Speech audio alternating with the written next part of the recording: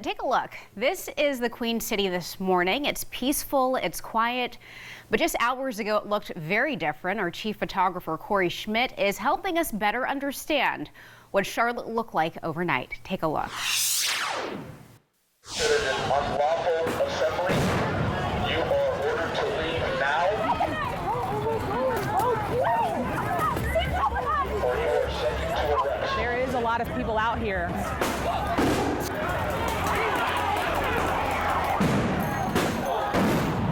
They're throwing firecrackers towards this way.